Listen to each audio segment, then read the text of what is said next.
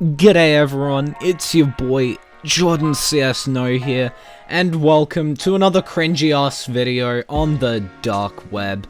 And today we're finally making another PlayStation fanboy video, because these are the only videos that get me views, and you all know I love views. Even though I don't get many views anyway, but I don't know. I need a life. Anyway, today's amazing video that we're gonna be looking at comes from a channel by the name of Fornatron, which in my opinion sounds like a rejected name for a transformer. Must say though, love the channel banner, brutal honesty and better content. Which I'm just gonna say here, if you have to claim that you're brutally honest and that you make better content, chances are your content fucking sucks. And you have really shitty takes that you like to justify with, oh, well, it's the honest take, you just can't handle the truth. Sorry, liberals, facts don't care about your feelings. Despite the fact that it's just a bad take. You know, like his take on Xbox Game Pass. Now, the video of his that we're going to be looking at today is titled, Are PS5 Games Worth $70? Now, the Australian conversion for 70 USD is $95, so just know that when I say $95, I'm talking Australian dollars, okay? 70 US dollars. Now, my personal opinion on whether PS5 games are worth $95 is currently no. The kinds of games they're charging you $95 for are remakes like Demon's Souls, which does not justify that much money, and really short games like Miles Morales and Ratchet and Clank. Both games which are pretty much over in 2 sittings. But anyway, let's see what our boy Fornatron has to say about this. Play the video. Wait, why am I saying play the video like I'm asking someone else to do it? I'm the editor. Jesus Christ, this makes no fucking sense. Yo, so today we're gonna be talking about why is everybody bitching about $70 games? Because 95 Australian dollars for like piss all content, right? Content that's gonna last you like 2 days isn't really good value. I mean, I would be able to understand that price point if the games offered you lots of value, but the kinds of games you're getting for that amount of money are remakes like Demon's Souls, and games that are shorter than my penis. Which, I mean, 2.5 inches. Take it or leave it. It's dumb. Not really, but you know what is dumb? Making a nearly 10-minute video bitching about a hypothetical $5 price increase in the price of Game Pass, but then turning around and defending Sony increasing the price of their games by $10. I don't really like to say this, but this guy's kinda just shilling for Sony. Some brutal honesty. Let's get brutal. Brutal. I'd live to see this. Gentlemen, there's a solution here you're not seeing.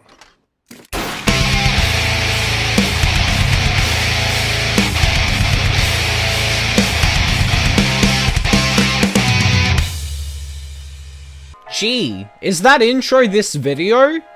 Because it was shit. What's up, everybody? It's your boy, the Fornatron. The Fornatron. Why are we still here? Just to suffer? Every night, I can feel my back! And today, we're going to be talking about the controversial topic of why games are $70 and games are raising in price and how they're pricing people out and Oh, look at that, guys. He did the funny voice mod thing.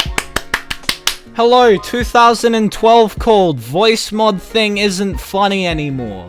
I love how he tries to also undermine those actually legitimate arguments by saying blah blah blah straight after he says them, you know, as if they're nothing. Alright, so this all started when Sony announced that PS5 games would be $10 more than their PS4 equivalents. And this drove everyone crazy. Everyone flipped their shit over this. So, games are now $70 where prior they were $60, so a $10 difference.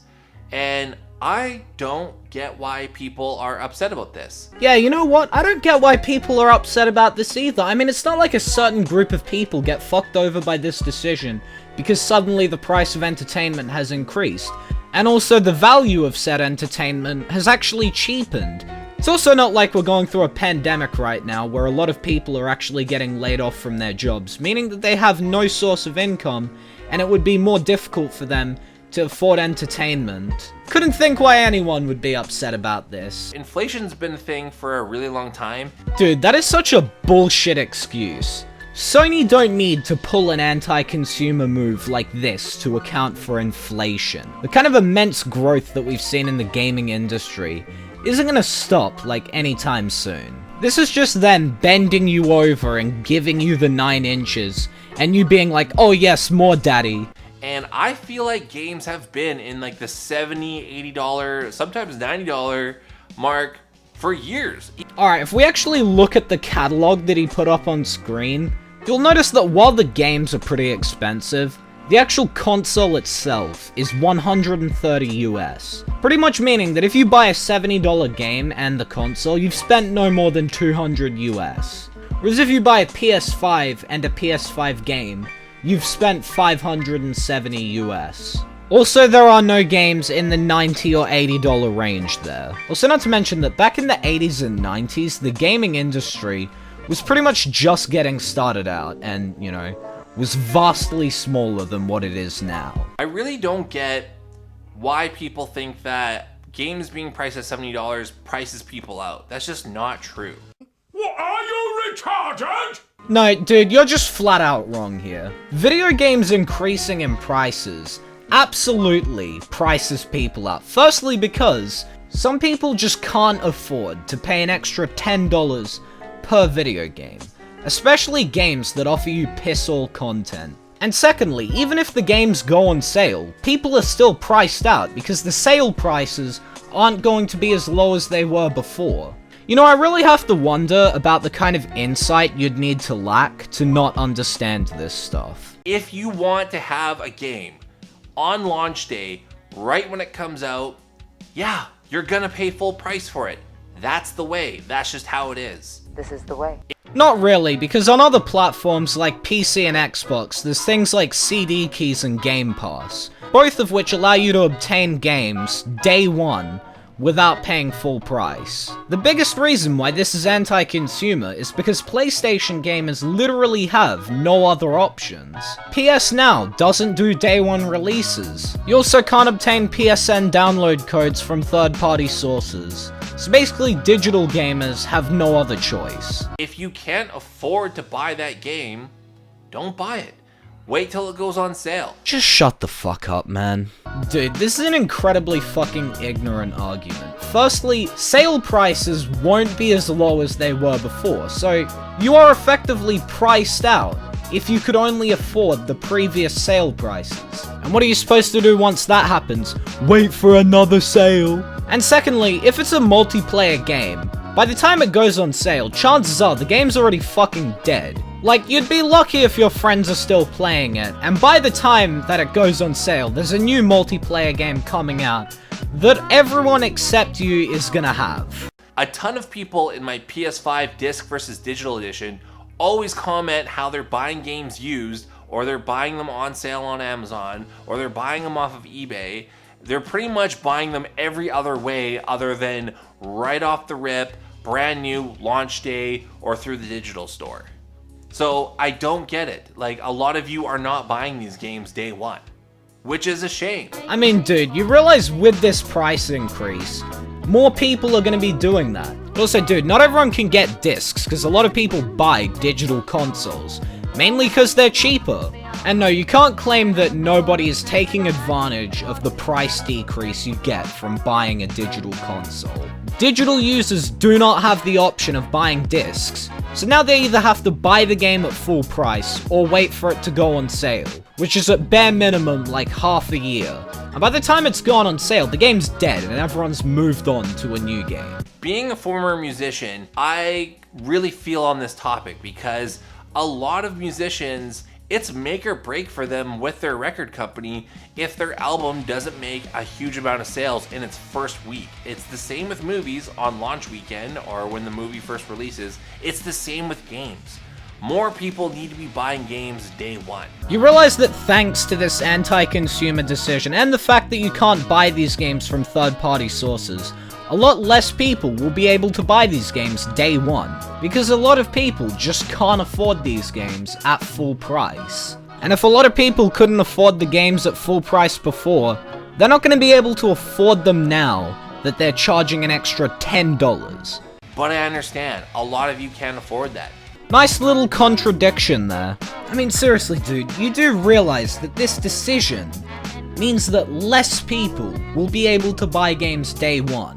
At this point, I just sound like a broken record. Hell, I can't afford to be buying games like every week. I only buy the games that I want to play. So do a lot of people. I mean, dude, do you seriously think that the reason people can't afford $70 games is because they're going out and buying every single game that they see? There are a lot of games on PS5 that have come out that look great. Ratchet & Clank, Sackboy, Bugsnax, I don't know, there's a bunch that look amazing. Spider-Man Miles Morales. Again, those games look incredible, but they're not my type of game, and I don't buy them. I'm pretty sure a lot of people feel that way. But also, dude, what the fuck does this have to do with the actual video at hand? I mean, no one's gonna buy a game if they have no interest in it and don't think that they'll enjoy it. I don't know where the pressure is coming from for a lot of people to be buying games day one regardless if they know they like them or not. I'm sorry, what? Didn't you just say, like, 20 seconds ago in this video that more people need to be buying games day one? You in this video told people that they should be buying games day one. What the fuck are you talking about? Either this guy has the IQ score of a fucking houseplant, okay, or he has got some serious fucking dementia and should probably get that checked out. Because nobody, except maybe JTech, contradicts themselves this much in the span of less than a minute. I feel like by now, if you have been playing games for more than a couple of years, you know what kind of games you like. So you should know which games you're looking forward to and which ones you want to invest in on buying day one when they come out. Is this guy seriously trying to say that the reason people can't afford $70 games is because we're buying games that we're not actually interested in? Hey, are you struggling to afford $70 games because you're not pulling in enough income? It's not because maybe your job isn't paying you enough or you're not getting much money off of welfare because there are no available jobs. It's actually because you're a greedy sack of shit and you're just buying games that you don't actually want to play. Jesus fucking Christ, what's next? Is he gonna start saying, bro, just stop being poor? If you're brand new to gaming, yeah, it's a little bit more tricky, but I would kind of buy some older games that are on sale or try out a service like PS Now or Xbox Game Pass and then play some free games and then find which ones you like and then build off of there. Wait, so then why did you make a video complaining about how Game Pass is a scam? I mean, dude, seriously, this entire video is just fucking hypocritical. Like, how do you make a nearly 10-minute video bitching about a hypothetical $5 increase in the price of Game Pass, but then make a video defending Sony for increasing the price of all their games by $10? Seriously, you could not make this shit up if you tried. I don't get why people are frustrated by this. Gaming companies have grown so much, even in the last 10 years. Games are huge epics now. They are the equivalent to Marvel movies that cost $200 million to make.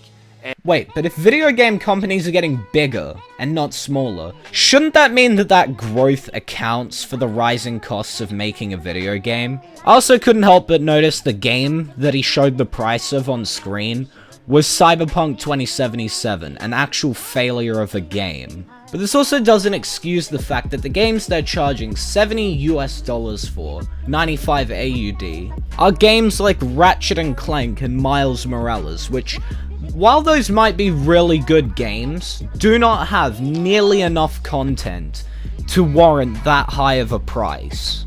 And games like equal that or more. Like, they're insane. The prices must rise. If we're expecting the kind of quality that we've been getting, especially recently, yeah, the cost of gaming has to go up. No, it doesn't, because the market for these games is increasing as well. The gaming industry has more than doubled in value over the last decade. The price of games doesn't need to increase so that they can continue to make them. The only reason they are doing this is because they know that a lot of people are buying digital consoles because they're cheaper. And they know that they can make a quick buck by fucking those people over and charging them more money. But again, you are not obligated to pay full price for games. No shit. If you don't want to, if you don't have the means to. If you don't have the means to, then yeah, continue buying games used, or buy them off eBay, or buy them when they go on sale. Just one small problem here. A lot of people don't have those options. Digital users cannot buy discs, meaning that they solely rely on the price Sony sets for them. Okay, and even on sale, the game prices will never be as low as they were before, meaning if they could only afford the previous sale prices of games, they are effectively now priced out. And if it's a multiplayer game, then by the time it's gone on sale, the game's already dead and everyone's moved on from it. What I will say is if there's a franchise that you follow, especially if it's from a smaller developer, save up some money and buy their game on launch day. While that is a good solution, the thing is that a lot of people were probably saving up money to buy games before the price increase. It also still doesn't change the fact that this price increase is really just unneeded. Even using the whole launch week argument, Sony's games perform well enough as it is on launch week. Anyway, I just wanted to rant about this topic, something that I feel passionately about. Let me know in the comments down below what you think, what your opinions are. Am I wrong? Yes you are. Anyway, that's gonna be the end of my video, so if you did enjoy, leave a like. If you're new to the channel, subscribe. It really helps out. Turn on those post notifications so you get notified when I upload. I don't know, unless you kinda just don't care, which I mean, fair enough. Please don't send any hate over to Fornatron. It's really unneeded. But anyway, I'm Jordan CS No, signing off from my mum's basement. So until the next video, piss off. Maybe I've been wasting time, my state of mind's been a little hazy lately, but I stay alive. Come take a dive inside my head, feeling down but never out, I'm hanging by a thread. I'm wasting time, my state of mind's been a little hazy lately, but I stay alive. Come take a dive inside my